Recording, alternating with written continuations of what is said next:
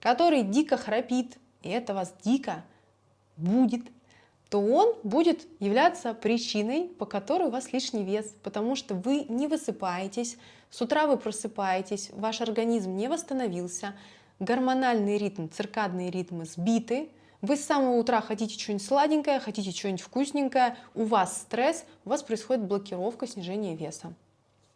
Либо очень большая кровать, мужа на операцию, чтобы он больше не храпел, либо его в соседнюю комнату, можно иногда встречаться на берегу, это тоже красиво, не обязательно спать вместе.